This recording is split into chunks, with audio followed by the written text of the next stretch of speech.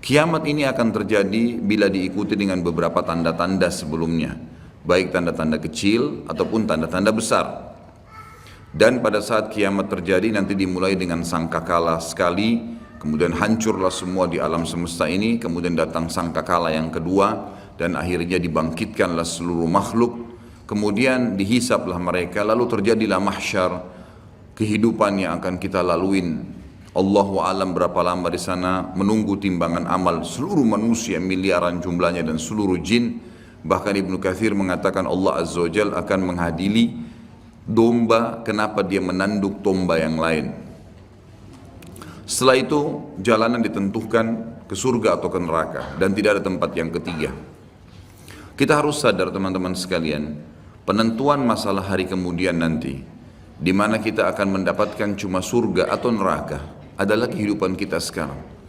Ini sekarang Anda masih bisa menghembuskan nafas, masih bisa beraktivitas, masih muda untuk menangkap mana yang boleh dan mana tidak boleh yang diperintahkan oleh Tuhan kita Allah dan aplikasikan dalam kehidupan sehari-hari. Maka ini penentuan nanti di sana bagaimana, dan tidak ada tempat lain, surga atau neraka. Maka jangan nanti tiba di saat terakhir dihisab di hari kemudian baru kita menyesal. Itu keliru. Orang mukmin harus jeli. Ingat teman-teman, Allah memberikan kepada kita akal fikiran yang jernih, bisa berpikir, bisa menangkap, bisa memilah mana baik, mana buruk. Hati kita juga begitu, punya perasaan yang pekah, tahu mana baik, mana buruk, mana yang disukai, mana yang tidak disukai. Semua itu sebenarnya fasilitas yang Allah berikan tanpa harus menunggu hukuman datang baru mau taubat. Orang mukmin jeli, cerdas. Sabda Nabi SAW, al-mu'minu qayyisul fatin. Orang mukmin itu qayyis, cerdas sekali. Fatin itu pekah luar biasa. Jadi mereka tuh tahu kalau mereka buat salah, ini salah nih, ditinggalin. Apapun godaannya, dilawan sama dia karena dia tahu ini haram. Dan dia tahu setiap pelanggaran agama pasti ada konsekuensi hukum. Tidak ada dosa yang dilakukan sekecil apapun tidak ada konsekuensinya. Harus ada.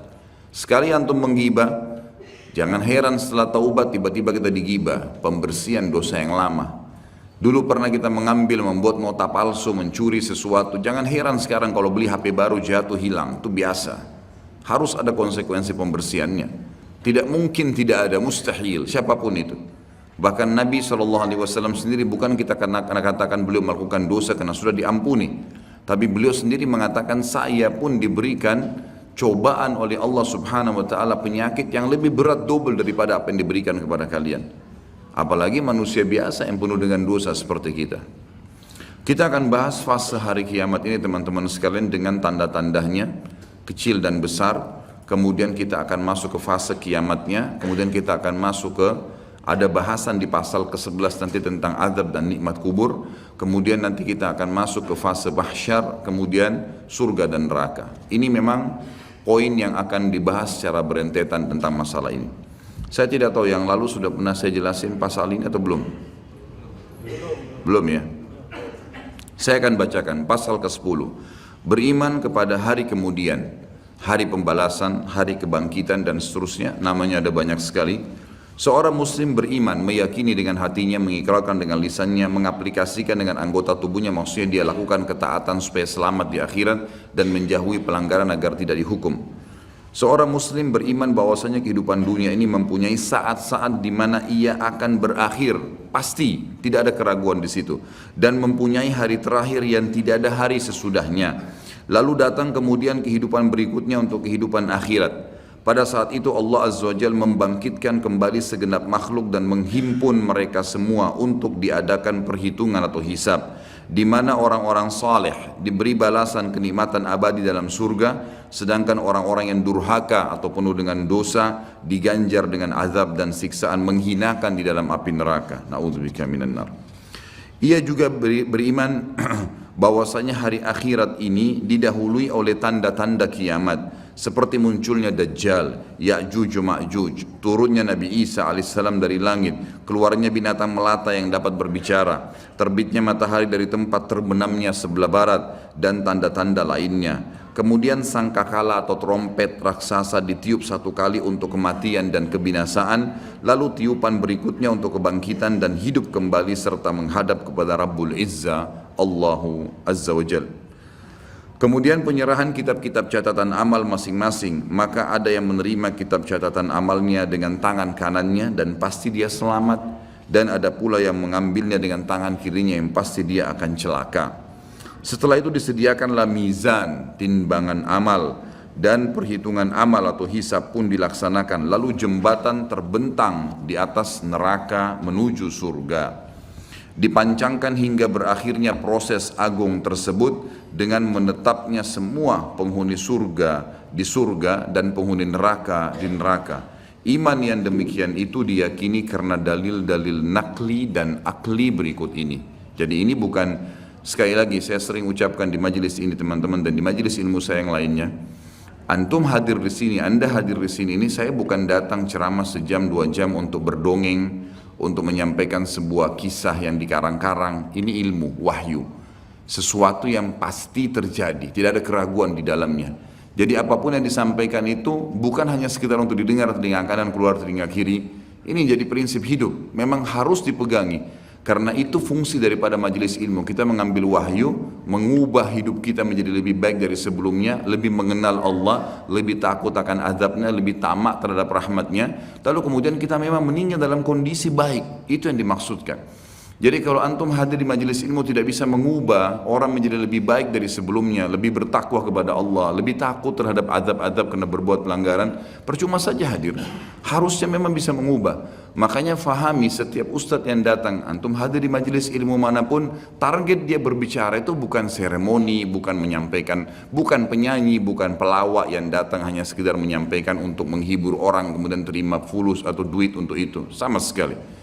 Setiap dai kalau dia ikhlas kepada Allah bukan itu targetnya. Tapi bagaimana dia bisa memberikan pemahaman kepada orang-orang yang akhirnya menjadi target amal jariah dia pada hari kiamat nanti, agar mereka faham terhadap hukum Allah dan mereka aplikasikan itu. Dan mereka bangga untuk menjadi pegawai-pegawai tanda kutip Allah pencipta langit dan bumi ini. Saya dan teman-teman dai pasti sangat senang untuk bisa menjadi dai seperti ini karena kita menjadi pegawainya Allah, menyampaikan apa yang Allah inginkan dan Allah akan berikan balasan. Antum pun merasa bangga sebenarnya karena berhasil memahami apa yang Tuhan kita inginkan dan selamat gara-gara itu.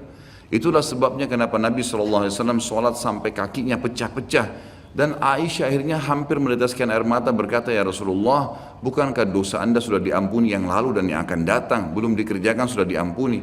Jawaban Nabi SAW sederhana, afala akunu abdan syakura, tidak layakkah saya menjadi orang yang bersyukur karena saya bisa diberikan petunjuk dan akhirnya saya bisa mengetahui mana boleh dan mana tidak boleh.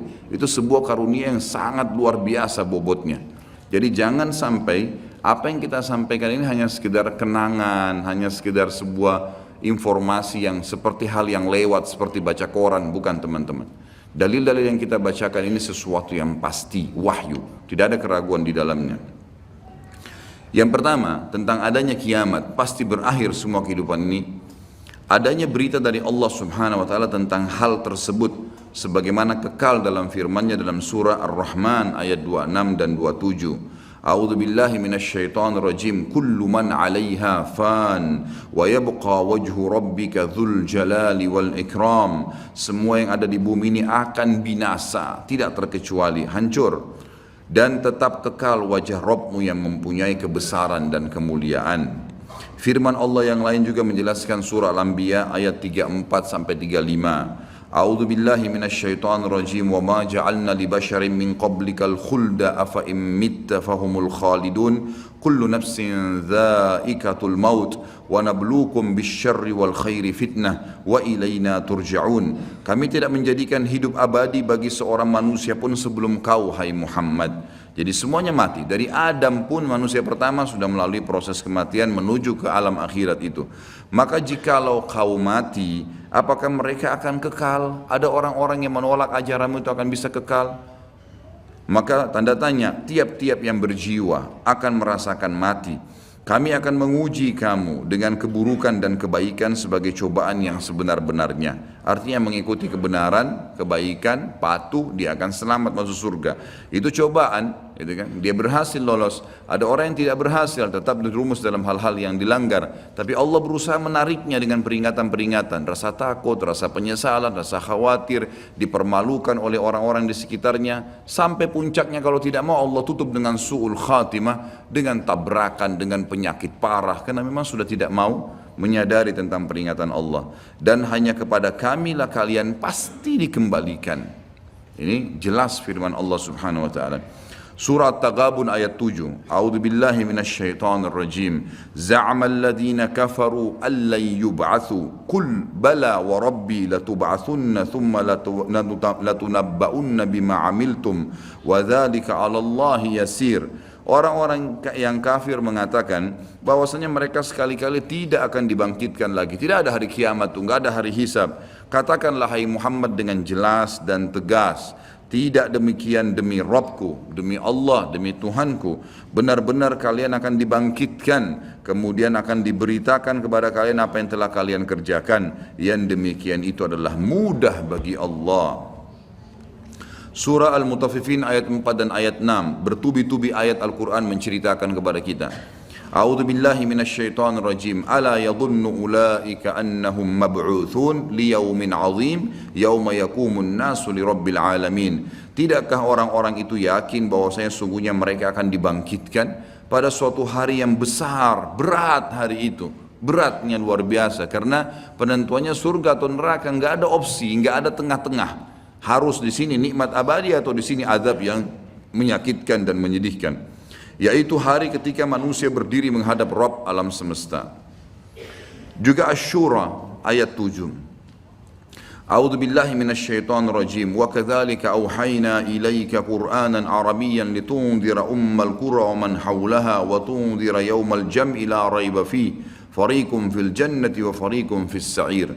Demikianlah kami wahyukan kepadamu Al-Quran dalam bahasa Arab, hai Muhammad, supaya kamu memberikan peringatan kepada Ummul Qura, penduduk Mekah, dan penduduk negeri-negeri sekelilingnya, seluruh dunia, serta memberi peringatan pula tentang hari berkumpulnya manusia atau hari kiamat yang tidak ada keraguan padanya. Segolongan pasti pada saat itu akan masuk ke dalam surga, dan segolongan lagi pasti masuk ke dalam neraka. Tidak ada pilihan yang lain. Sekarang penentuannya teman-teman, hati-hati. Jangan pernah terpengaruh dengan lisannya orang-orang di sekitar kita. Pujian dia, hinaan dia, cacian dia hanya sepanjang lidahnya. Kamu alim ya, kamu hebat ya, kamu gagah ya, kamu kaya lah. Itu hanya sepanjang lidah. Jangan itu membuat kita lalai, nggak ada gunanya sama sekali. Atau bahkan mungkin dia menghardik dengan kata-kata yang tidak baik, mencaci maki. Allah mengajarkan, kalau ada orang seperti ini, wa idza khatabahumul jahiluna qalu salama. Kalau orang bodoh mengajak bertengkar, tinggalkan saja kata Allah, enggak usah dilayani. Enggak ada waktu untuk menyanyiakan waktu kita kepada hal-hal yang tidak ada manfaatnya. Para ulama salaf kita memaksimalkan waktu mereka per detiknya, dari kegiatan ibadah ke ibadah apalagi, terus begitu. Sampai seseorang di antara mereka berharap tidak ngantuk malam hari supaya bisa beribadah semalam suntuk. Karena tahu ini akan terjadi hal-hal yang akan besar nantinya. Para sahabat Abu Darda, Abu Hurairah dan sahabat-sahabat Nabi yang lain semuanya, mereka sering menangis tiba-tiba tanpa sebab. Lalu ditanya oleh orang-orang sekitarnya dari para tabi'in, ada apa? Anda ini menangis, bukankah Anda sahabat Rasulullah? Maka jawaban mereka, sungguh bekal kami sangat sedikit, perjalanan masih panjang, tidak ada jaminan amal kami sudah diterima, walaupun kami sudah melakukannya. Mungkin ya, ada kekurangan-kekurangan dalam amal tersebut. Kita tidak pernah tahu, dari khayalan sholat, dari ini, dari itu, dari riya, dan seterusnya. Ini berbahaya. Kalau para sahabat bisa khawatir begitu, bagaimana dengan kita teman-teman sekalian? Harusnya kita lebih jeli dan lebih hati-hati lagi. Alhamdulillah dengan kemahamurahannya Allah, Allah memberikan fasilitas yang namanya taubat, mudah sekali dilakukan. Tinggal mau meninggalkan perbuatan salah, jadi orang baik-baik, itu saja. Patuhi jalannya Allah, maka Allah masih bisa mengampuni itu kesalahan-kesalahan. Walaupun apa yang sudah kita sia-siakan sudah rugi sendiri. Artinya kalau pernah kita selama 10 tahun lalai terus berbuat dosa, dan dalam 10 tahun itu ada orang lain yang sudah berbuat amal ibadah, sudah puasa Senin Kamis, sudah puasa, sudah hadir majelis ilmu, sudah sholat 5 waktu di masjid, sementara kita lalai, maka tentu berbeda antara kita dengan dia. Itu secara akal sehat pastinya. Jadi jangan sampai kita menganggap semua orang sama tingkatannya, tidak. Tapi bukan mustahil dengan amal-amal yang tersisa setelah kita taubat akan meninggikan derajat kita, bukan mustahil. Merengek, memohon, tamak terhadap rahmat Allah diperintahkan, dianjurkan. Dalam surah Zalzalah yang sangat masyhur, ayat 1 sampai ayat 8, satu surah lengkap, Allah Subhanahu wa taala menyebutkan, A'udzu billahi minasyaitonir rajim. Idza zulzilatil ardu zilzalaha wa akhrajatil ardu athqalaha wa qala al insanu ma laha yawma idzin tuhadditsu akhbaraha bi anna rabbaka awha laha yawma idzin yasdurun nasu ashtatan liyaraw a'malahum faman ya'mal mithqala dharratin khairan yarah wa man ya'mal mithqala dharratin syarran yarah. Apabila bumi digoncangkan dengan goncangannya yang dahsyat dan bumi telah mengeluarkan beban-beban berat yang dikandungnya, semuanya yang ada kuat, tambang-tambang segala suatu batu-batu yang kuat di bawah tanah semua terbongkar pada hari itu. Dan manusia bertanya, mengapa bumi jadi begini? Pada hari itu bumi menceritakan beritanya, karena sungguhnya Rabbmu telah memerintahkan yang demikian kepadanya. Pada hari itulah manusia keluar dari kuburnya dalam keadaan yang bermacam-macam, supaya diperlihatkan kepada mereka balasan pekerjaan mereka. Barang siapa yang mengerjakan kebaikan walaupun seberat zarrah, biji sawi, niscaya dia akan melihat balasannya. Dan barang siapa yang mengerjakan kejahatan walaupun seberat biji zarrah, biji sawi, niscaya dia akan melihat balasannya pula. Surah Al-An'am 158. A'udzu billahi minasyaitonir rajim. Hal yanzuruna illa an ta'tiyahumul malaikatu aw ya'tiya rabbuka aw ya'tiya ba'du ayati rabbik yawma ya'ti ba'du ayati rabbika la yanfa'u nafsan imanuha lam takun amanat min qablu aw kasabat fi imaniha khaira. Al-ayah. Yang mereka nanti-nanti, kapan mau taubat nih? Kapan yang kafir itu mau beriman kepada Allah? Yang mereka nanti-nanti tidak lain hanyalah kedatangan malaikat kepada mereka untuk mencabut nyawa mereka. Tidak ada yang lain. Berarti keras kepala, nggak mau taubat, nggak mau baik, nggak mau berubah, nggak mau meninggalkan dosa-dosa. Kalau gitu tunggu aja malaikat mau datang. Atau kedatangan Rabbmu, atau pada hari kiamat lebih dahsyat lagi. Atau kedatangan sebagian tanda-tanda Rabbmu. Ya, tanda-tanda sebelum terjadi hari kiamat. Pada hari datangnya sebagian tanda-tanda Rabbmu, tidaklah bermanfaat lagi iman seseorang bagi dirinya sendiri yang belum beriman sebelum itu, atau dia belum mengusahakan kebaikan dalam masa imannya. Ada beberapa ayat di sini akan disebutkan berhubungan dengan masalah prosesi terjadinya kiamat dan tanda-tanda. Cuma dalam buku Minhajul Muslim, Syekh Abu Bakar rahimahullah, beliau menggabungkan semuanya, jadi bercampur baur dalil. Makanya saya akan bacakan dulu semua dalilnya, dan nanti kita akan coba susun prosesi kejadian kiamat itu sendiri. Sekarang ayat yang dibacakan adalah ayat yang berhubungan tentang masalah salah satu tanda-tanda hari kiamat besar. Jadi ada 11 tanda-tanda kiamat besar yang disepakati oleh para ulama. Salah satunya adalah ini. Surah Al-An'am ayat 82. A'udzu billahi minasyaitonir rajim. Wa idza waqa'al qawlu 'alaihim akhrajna lahum dabbatan minal ardi tukallimuhum anna an-nasa kanu biayatina la yuqinun. Apabila perkataan telah jatuh atas mereka, kami keluarkan sejenis binatang melata dari bumi yang akan mengatakan kepada mereka bahwa sungguhnya manusia dahulu tidak yakin kepada ayat-ayat kami. Sampai sini saya tahan dulu dan kita akan jelaskan 10 atau 11 tanda-tanda kiamat itu. Bagi teman-teman yang memegang bukunya bisa melihat di halaman 86. Saya akan bacakan hadisnya. Hadis ini riwayat Imam Muslim nomor 2901. Jadi tanda-tanda kiamat itu ada besar ada kecil. Tentu kalau tanda-tanda kiamat kecil banyak sekali. Di antaranya hadis riwayat Muslimnya juga yang berbunyi, kata Nabi SAW, tidak akan terjadi kiamat sampai aku diutus menjadi Nabi. Hitunglah 6 tanda-tanda kiamat, ini kecil. Lahirnya aku, diutusnya aku, dan meninggalnya aku. Berarti sudah ada 3 dan sudah terjadi. Kemudian akan tersebarnya penyakit taun, dan ini sudah terjadi zaman Umar radhiyallahu anhu. Terbebasnya Palestina di zaman Umar radhiyallahu anhu, gitu kan. Kemudian pembebasan negeri Persia terjadi di zaman Umar radhiyallahu anhu. Berkumpul semua itu. Jadi 6 tanda-tanda ini sudah kelihatan semuanya. Tanda-tanda kiamat yang kecil sudah terjadi, ada yang sedang terjadi sekarang dan ada yang belum terjadi. Kalau yang sedang terjadi seperti misalnya hadis Nabi SAW yang berbunyi, tidak akan terjadi kiamat sampai orang-orang mengganti nama-nama minuman keras dengan nama-nama lain. Contoh seperti sekarang misalnya menggantinya dengan istilah-istilah lain. Ya nama inilah, ya merek itulah, ya cuman sekian 5% alkoholnya dan seterusnya. Hadis yang lain, tidak akan terjadi kiamat sampai zina tersebar, dianggap biasa, dan juga banyaknya laki-laki yang menyerupai perempuan, dan juga minuman keras dianggap sebagai minuman yang biasa. Hadis sahih semuanya. Jadi ini semua kita lihat depan mata kita sedang terjadi, ya sedang terjadi. Kemudian yang belum terjadi itu seperti misalnya kalau tanda-tanda kiamat kecil terakhir sekali namanya Malhamah Kubra, peperangan besar antara kaum muslimin dengan orang-orang Nasrani. Yang ini disebutkan panjang lebar dalam hadis Bukhari, lebih dari 3 lembar kalau tidak salah. Hadis ini berbunyi, kata Nabi SAW, kalian akan bersatu dengan Bani Asfar. Bani Asfar ini sebenarnya lebih tepatnya orang-orang Rum, ya, orang-orang Nasrani. Mereka akan bersatu, kalian akan bersatu dengan mereka untuk memerangi satu kaum, tapi tidak disebutkan kaum ini siapa.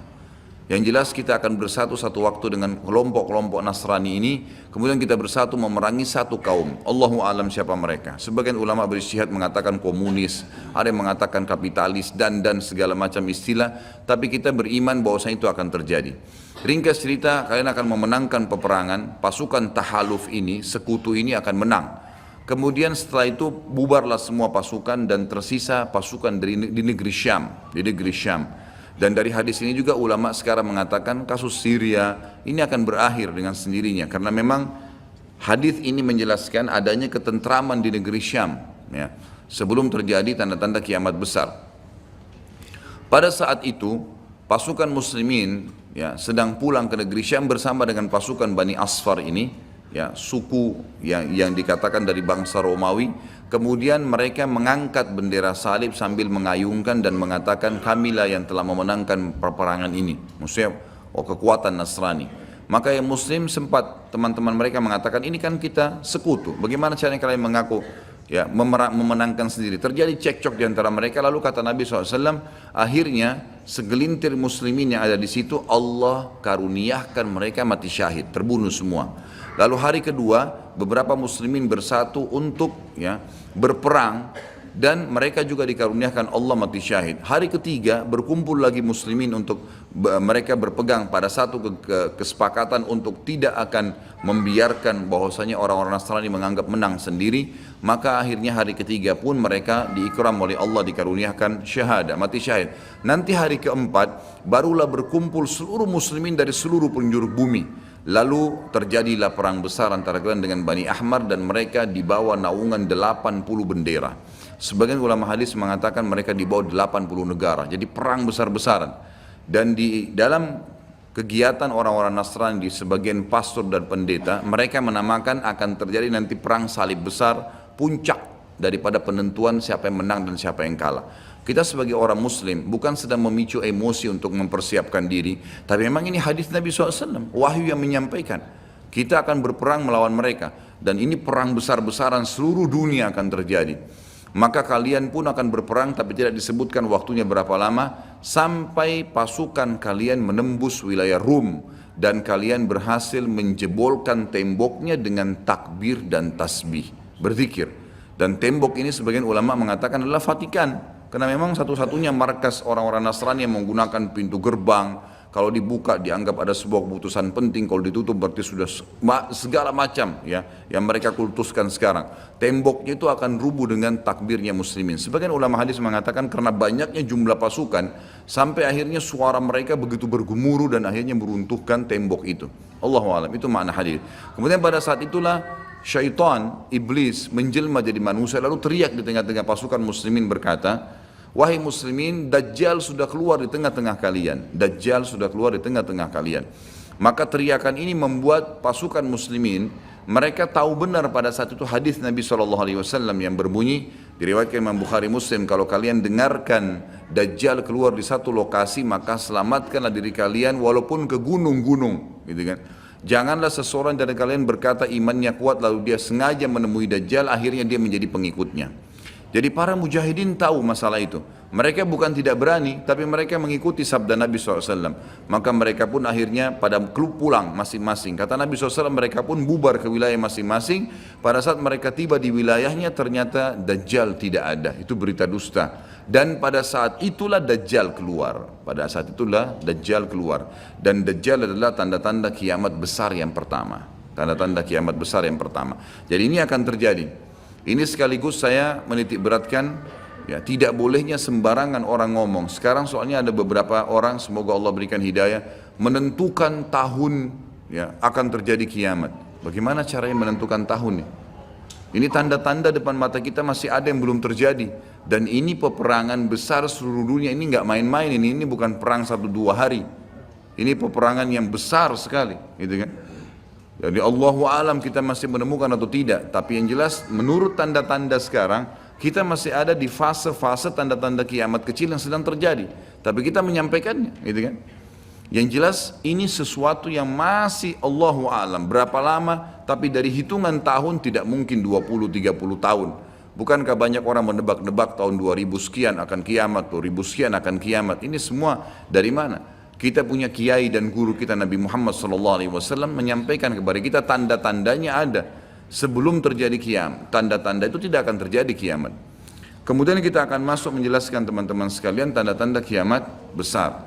Ada 11 yang disepakati tanda-tanda kiamat besar, sebagaimana disebutkan di dalam hadis riwayat Imam Muslim. Yang pertama adalah keluarnya Dajjal. Dan Dajjal ini diambil dari kata-kata Dajjala yang berarti kekacauan. Dan ini digunakan untuk nama seseorang yang memang akan dikeluarkan oleh Allah Azza wa Jal sebagai fitnah bagi kaum muslimin. Makanya kita dalam tahiyat membaca wa'udzubika min fitnatil masiihid dajjal, dan jauhkanlah kami dari fitnahnya Masih Dajjal. Nanti akan saya paparkan panjang lebar. Yang kedua adalah sementara Dajjal membuat kerusakan di muka bumi, maka akan keluar Mahdi, yang kata Nabi SAW akan keluar seseorang yang sama namaku, Muhammad bin Abdullah, akan sama paras wajah dan poster tubuhku, sama persis dengan Nabi SAW, alisnya, matanya, kulitnya, dan dari keturunanku dari kota Madinah. Jadi kan sebagian ulama hadis mengatakan ini kemungkinan dari turunan Hasan radhiyallahu anhu, karena memang sekarang yang banyak di Madinah itu turunan Hasan radhiyallahu anhu. Maka dia akan keluar dan Allah mengubahnya dalam sehari semalam. Kemudian dia keluar dari Madinah ke Mekah, lalu dibayat dengan 300 orang, lalu kemudian mereka membentuk pasukan untuk mengejar Dajjal.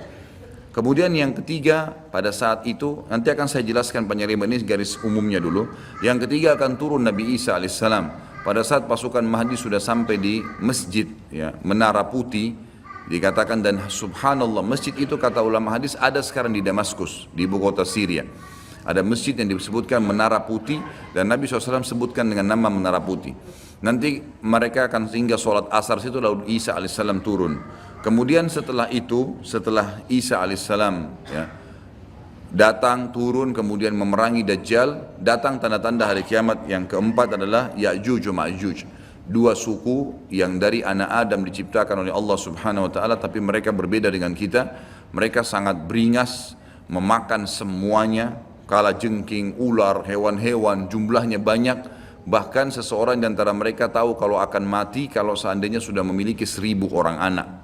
Dan mereka akan membuat kerusakan, membunuh semua yang ditemui. Kafir, beriman, tidak ada urusan. Selain mereka akan dibunuh. Ini ada ciri-cirinya. Ya, ada ciri-ciri yang akan saya sebutkan nanti. Ringkas cerita, mereka akan buat kerusakan dan Allahu a'lam berapa lama di situ. Isa alaihissalam dan kaum mukminin akan sembunyi di gunung-gunung, dan mereka akan mati bukan dengan peperangan dengan kaum mukminin, tapi dengan doa Isa alaihissalam yang berdoa, lalu Allah matikan mereka dengan satu kali mati. Maka semua miliaran orang yang Ya'juj ini mati tiba-tiba. Kemudian Isa alaihissalam pun berdoa kepada Allah agar dihilangkan jenazah mereka, karena seluruh bumi ini dipenuhi dengan jenazah mereka. Sampai disebutkan dalam hadis, mereka akan turun di sebuah sungai Tibriyah di wilayah Syam. Mereka minum sungai tersebut. Orang terakhir mereka datang sudah nggak temukan lagi ada airnya, saking banyaknya jumlahnya. Dan saya pernah tanyakan ke dosen saya sendiri waktu tingkat 3 kuliah bicara masalah Ya'juj Ma'juj ini. Saya bilang, Syekh, apakah ada orang dari kita yang ikut dengan pasukan mereka? Maka syekhnya mengatakan sama sekali tidak ada. Karena kita beranjak daripada hadis Nabi SAW, seseorang yang antara mereka tahu dia akan mati kalau sudah punya 1000 orang anak. Dan mereka akan membunuh semua selain mereka. Jadi ada ciri khasnya sendiri. Kemudian setelah mereka mati pun, Isa alaihissalam berdoa, lalu Allah SWT datangkan burung-burung yang besar dari arah barat, yang mencengkram mereka satu-satu lalu dibuang ke lautan ke arah timur. Kemudian Allah turunkan hujan yang membersihkan kotoran-kotoran mereka. Jadi sudah ada tanda-tanda kiamat pertama Dajjal, nanti akan saya ceritakan ceritanya. Kemudian ada Mahdi keluar dari Madinah, kemudian turunnya Isa alaihissalam, kemudian Ya'juj Ma'juj. Setelah berjalannya waktu maka akan terjadi orang-orang kufur kembali kepada risalah langit. Setelah pada saat itu Isa alaihissalam sudah meninggal dunia, sudah mulai sebenarnya tentram, orang sudah mengenal Allah, tapi dengan berjalannya waktu manusia mulai lalai, mulai lagi kembali menyembah berhala, mereka lagi berbuat zina, mereka melakukan kekacauan, maka keluar tanda-tanda kiamat besar yang kelima, yaitu keluarnya dabbah atau hewan melata. Yang hewan melata ini akan keluar dari tanah, berbentuk seperti hewan tapi dia bisa berbicara dan dia membawa cap yang dia mencap orang beriman dan orang kafir. Setiap kali mereka buat kesalahan, ya diingatkan oleh dabbah ini, kalau kamu sedang lalai dari jalan Allah, kembalilah. Dan itu tadi yang ayat yang kita bacakan surah An-Naml ayat 82. Kemudian setelah itu datang tanda-tanda kiamat yang keenam. Setelah keluarnya dabbah maka akan terjadi 6, 7, 8 sekaligus tanda-tanda kiamat ini, yaitu terjadinya longsor besar di wilayah timur Jazirah Arab. Tepatnya wilayah timur itu Irak, Iran, Afghanistan, Rusia, itu wilayah timur Jazirah Arab. Akan terjadi longsor besar yang tidak bisa lagi ditutup. Dan terjadi juga longsor besar, tanda-tanda kiamat yang ketujuh, itu adalah di Jazirah Arab dan juga terjadi di wilayah baratnya Jazirah Arab, yaitu wilayah Afrika. Dan ini juga akan longsor besar, gitu kan. Kemudian terjadilah tanda-tanda kiamat yang selanjutnya, yang ke berapa? 9. Keluarnya api dari wilayah Qa'rul Aden namanya, atau wilayah padang pasirnya wilayah Aden. Aden salah satu kota di Yaman, gitu kan. Dan sekarang ini sudah ada diangkat di YouTube, dicuplikan, dan saya pernah lihat sebagian padang pasir wilayah Aden ini yang disebutkan dengan Qa'rul Aden itu memang tidak ada orang yang tinggal situ karena panasnya, gitu kan. Dan ada wilayah padang pasir yang sempat terbelah dan mereka melihat dan diteliti secara ilmiah di bawah itu ada api yang sangat besar. Jadi ini sudah disebutkan dalam hadis Nabi sallallahu alaihi wasallam. Kemudian selanjutnya akan terbit matahari dari barat sebagaimana dia biasa terbenam dari situ. Ini ada berapa? 10 ya? Berarti ada satu yang tertinggal ya. Iya, keluarnya asap, maaf. Jadi sebelum terjadinya longsor 6, 7, 8 tadi, yang keenamnya itu adalah kelihatannya kabut. Di seluruh muka bumi ini akan terjadi kabut yang menutupi bumi ini, dan semua dunia ini akan melihat kabut itu dalam beberapa waktu. Inilah 11 tanda-tanda kiamat besar. Baik, kita akan rincikan dengan izin Allah satu persatu. Kalau terjadinya atau keluarnya Dajjal, ini disebutkan dalam banyak hadis, banyak sekali, dan ini yang paling banyak diingatkan. Di antaranya hadis Bukhari yang berbunyi, kata Nabi SAW, tidak ada seorang Nabi pun kecuali sudah mengingatkan kaumnya tentang si buta sebelah kanan. Ya. Jadi memang dia cirinya buta sebelah kanan. Dajjal memiliki ciri khas, rambutnya keriting, kemudian kulitnya mendekati hitam, ya. Jadi sawo matang, badannya kekar, kemudian dahinya lebar, ya. Dan orangnya mata kanannya rusak seperti anggur yang sudah rusak. Dan kata Nabi SAW, ingatlah dia akan mengaku sebagai Tuhan, dan ketahuilah Tuhan kalian Allah tidak buta sementara dia buta. Kemudian orang-orang pada bertanya, ya Rasulullah, bagaimana bisa orang mengikutinya? Kata Nabi SAW, pada saat itu dunia akan ditimpa kelaparan dan Dajjal memiliki bergunung-gunung makanan. Ini bahasa wahyunya begitu. Allahu alam seperti apa, yang jelas dia bergunung-gunung memiliki makanan.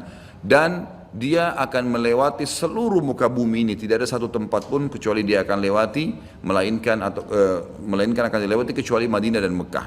Itu yang dia tidak bisa masukin.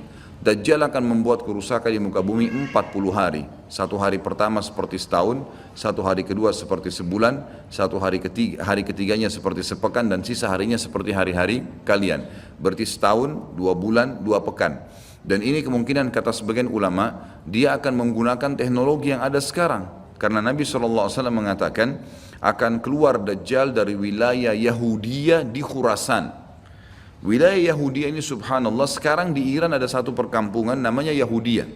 Diberikan nama itu. Dan mayoritas penduduknya orang Yahudi. Kata Nabi SAW, Dajjal akan keluar dari wilayah Yahudi di Khurasan. Khurasan itu Iran, gitu kan. Dan sekarang ini sudah ada, semua ini ada. Tidak mungkin salah sabda Nabi SAW. Dikatakan akan keluar dan diikuti dengan 70.000 orang Yahudi.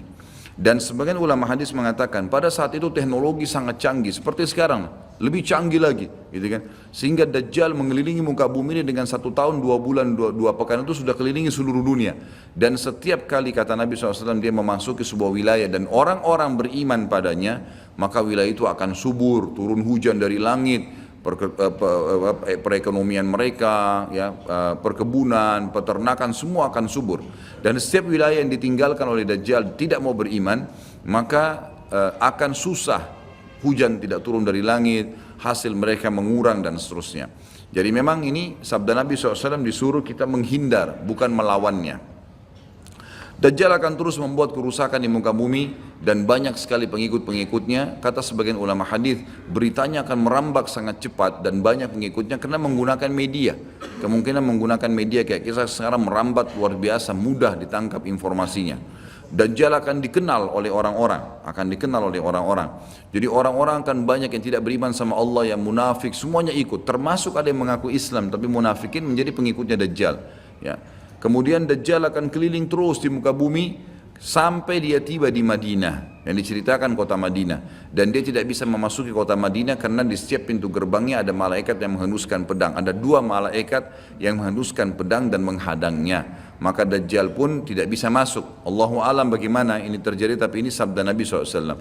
Lalu Dajjal pun mencari gunung tertinggi yang ada di sekitar perbatasan Madinah. Sebagian ulama yang pernah saya tangkap bahasa mereka mengatakan batas Madinah yang paling mudah dijangkau dan masuk adalah Wadi Aqiq. Wadi Aqiq sebuah lembah yang kebetulan dulu berada di depan kampus kami. Jadi di situ dianggap kalau sudah keluar dari situ berarti sudah keluar dari wilayah haram itu sendiri. Allahu alam, ini ijtihad tentunya. Tapi yang jelas Dajjal akan naik ke atas sebuah gunung, kemudian dia berkata kepada para pengikutnya, apakah kalian melihat istana putih itu? Maka mereka semua melihat ke arah Masjid Nabawi. Lalu mereka mengatakan iya. Kata Dajjal, itulah istananya Muhammad yang aku tidak bisa jangkau. Dan subhanallah sekarang Masjid Nabawi warnanya seperti istana putih, gitu kan? Tanpa disadari dengan menggunakan marmer putih besar. Begitu juga dengan perluasannya nanti. Memang kalau dari kejauhan seperti istana yang sangat mewah, gitu kan? Ringkas cerita, Dajjal pun akhirnya sebelum pergi, dia sempat menyentakkan kakinya, kata Nabi SAW, sehingga membuat terjadilah gempa di Madinah dan membuat seluruh orang munafik di Madinah keluar jadi pengikutnya. Jadi gempa dan hanya tinggal di sana orang-orang beriman. Hanya tertinggal di sana orang-orang beriman. Lalu keluarlah sebelum Dajjal pergi, keluarlah satu anak muda yang kata Nabi SAW orang terbaik pada saat itu. Orang terbaik pada saat, orang yang paling luar biasa imannya. Masih muda di sini ulama mengatakan istilah syab dalam bahasa Arab bisa dari mulai balik 12 tahun sampai 40 tahun. Nanti keluar seorang anak muda yang diistilahkan syab antara umur ini, kemudian keluar dan sempat melihat Dajjal. Maka Dajjal pun mengatakan menangkapnya segera dan mengatakan saya Tuhanmu. Maka orang tersebut mengatakan kau adalah Dajjal yang telah diceritakan oleh Nabi SAW. Karena dalam hadis yang lain dikatakan setiap orang mukmin bisa melihat di dahinya tulisan kafara yang berarti kufur. Dia bisa membaca bahasa Arab atau tidak, tapi dia akan bisa membaca dengan hikmah Allah. Matanya orang mukmin bisa melihat itu sehingga dia tahu ini adalah Dajjal. Kemudian Dajjal pun mengambil gergaji dan membelah 2 dari kepala sampai kemaluannya sehingga anak muda itu terbelah 2 dan Dajjal melewati tengah-tengahnya dan seluruh pengikutnya bersorak-sorak. Lalu Dajjal berkata, bangkitlah, bangkit kembali bersatu. Lalu kata Dajjal, apa kau sudah yakin saya Tuhanmu? Maka Dajjal mengatakan, maka anak muda itu mengatakan, justru saya tambah yakin kau adalah Dajjal. Setelah itu dia berusaha membunuhnya tapi dia tidak mampu lagi. Allah sudah selamatkan. Maka Dajjal pun meninggalkan lokasi tersebut. Lalu puncaknya Dajjal menuju ke Palestina. Dan dia akan bermarkas di sebuah tempat namanya Babulut. Babulut dalam hadis. Subhanallah, sekarang ini sudah ada kota di Israel yang mereka rebut wilayah Palestina, sebuah seperti kecamatan, ya, kalau yang saya tangkap, saya pernah ada cuplikannya, itu ternyata diberikan nama Babulut oleh orang Yahudi. Dan ini disebutkan dalam hadis dengan lafaz itu Babulut, ya, Bablut, gitu kan. Ini subhanallah saya lihat cuplikannya Babulut, gitu. Ini luar biasa nih, seperti sabda Nabi SAW. Dan sekarang mereka lagi fokus membangun, menjadikan wilayah itu wilayah yang paling mewah di Israel. Subhanallah, gitu kan. Dajjal akan menuju ke sana, dan sementara dia menuju ke sana, setiap wilayah yang dia lewatin, salah satunya disebutkan dalam hadis Bukhari adalah dia akan melewatin satu wilayah yang sangat banyak masyarakatnya. Ya Allahu alam ini di mana? Apakah di wilayah Cina, apakah pokoknya masyarakat komunitasnya paling besar. Kita tahu sekarang Cina sama India ini tempat yang sangat luas, gitu. Banyak masyarakatnya. Dia akan melewati wilayah yang banyak masyarakatnya, lalu kemudian dia berkata kepada pemimpinnya, Allahu alam, ini presiden kah, raja kah, kepala suku kah, dia akan berkata bahwasanya saya Tuhanmu. Maka orang itu mengatakan, apa buktinya kau Tuhan saya? Dia bilang, bagaimana kalau saya hidupkan kedua orang tuamu? Apa kau akan percaya saya Tuhanmu? Maka orang itu berkata, tentu saja. Ada Dajjal, tunjukkan kuburannya. Ditunjuk kuburannya, lalu Dajjal mengatakan, keluarlah.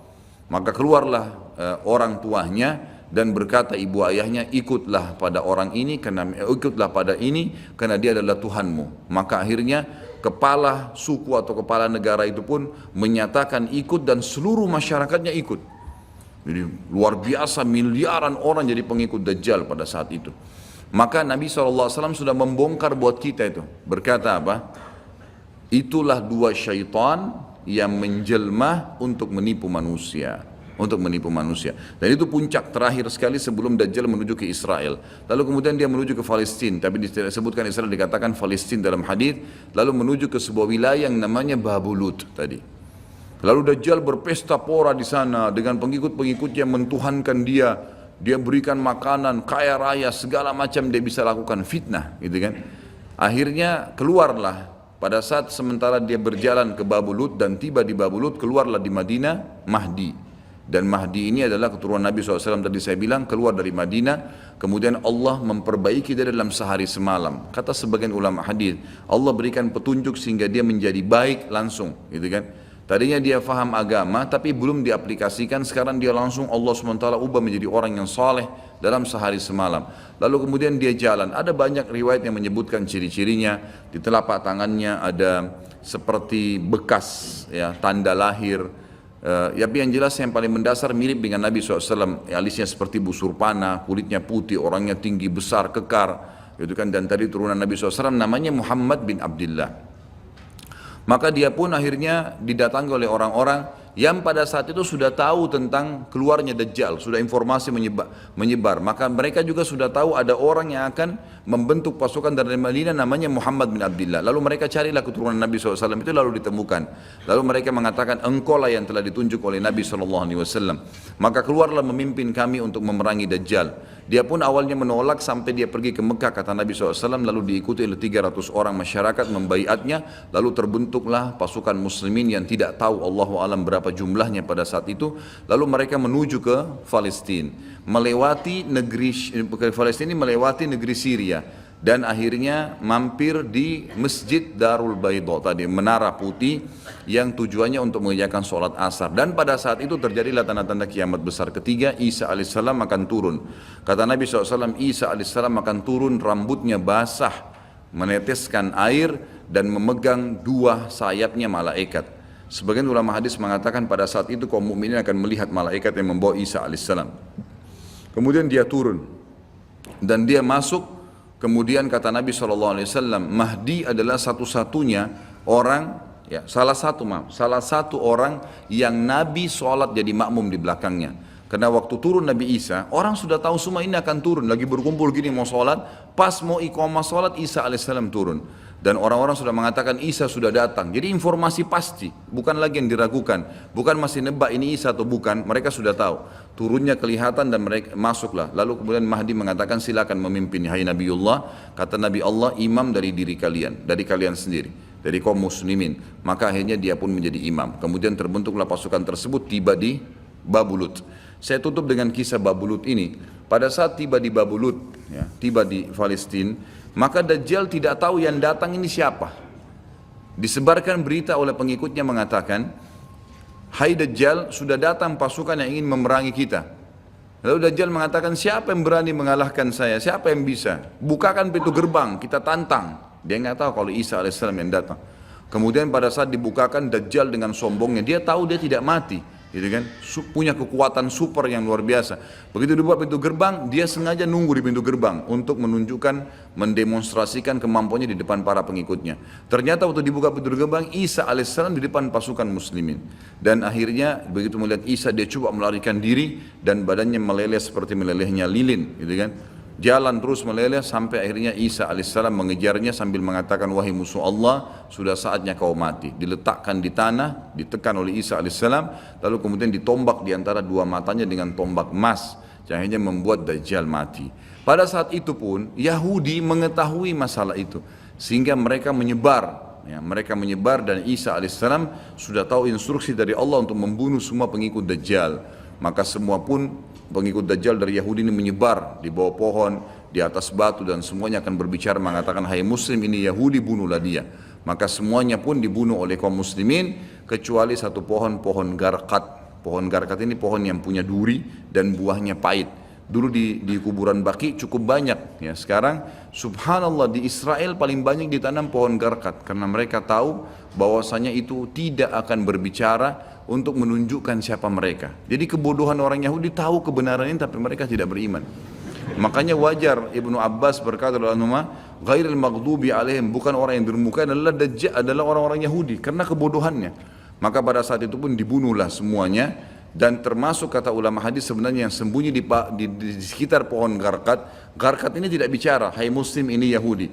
Tapi orang Islam pada saat itu kata ulama hadis mengetahui kalau ini pohon garkat. Mengetahui kalau ini pohon garkat. Jadi memang sudah punya gambaran, sehingga walaupun sembunyi di pohon garkat tetap akan dibunuh oleh kaum muslimin.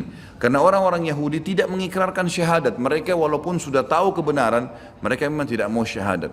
Makanya Nabi SAW mengatakan, jangankan Isa AS, Nabi Muhammad SAW saja di zamannya, kata beliau, kalau ada 12 orang dari Yahudi yang mengucapkan syahadat, beriman pada saya, maka seluruh Yahudi akan beriman. Saking sulitnya, 12 orang saya sudah cukup.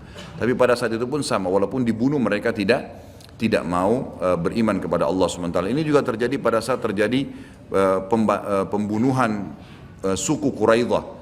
Jadi pada saat itu Nabi SAW mengepung mereka, diberikan kesempatan untuk taubat. Mereka tidak mau, akhirnya mereka menganggap kalau dibunuh oleh Nabi SAW, dibunuh oleh kaum muslimin, mereka akan menuju ke surga, gitu kan. Jadi mereka pasrah dengan dibunuh, mereka anggap itu akan menuju ke surga. Dan ini kebodohan, ya, ini kebutuhan. Maka pada saat itu selesailah urusan orang-orang Yahudi ini, dan Isa alaihissalam akan memimpin di muka bumi selama, ada riwayat mengatakan 7 tahun, ada yang mengatakan 40 tahun. Membuat keadilan, dan Isa akan membunuh semua babi, menghancurkan semua salib, dan tidak ada rumah satupun kata Nabi SAW di muka bumi kecuali akan masuk ke dalam Islam, baik dalam keadaan mulia ataupun menolak, terhina. Jadi sudah tidak ada, seluruh muka bumi ini akan jadi Islam pada saat itu. Jadi sampai sini insya Allah bahasan kita akan lanjutkan nanti, pertemuan akan datang, dan silakan kalau ada pertanyaan ditulis di kertas, setelah sholat kita akan bahas. Dan kita akan mulai Ya'juj Ma'juj dan sisa-sisa lainnya nanti kita akan bahas pada pertemuan akan datang. Mungkin begitu. Subhanakallahumma bihamdika asyhadu an la ilaha illa anta astaghfiruka wa atubu ilaik. Wassalamualaikum warahmatullahi wabarakatuh.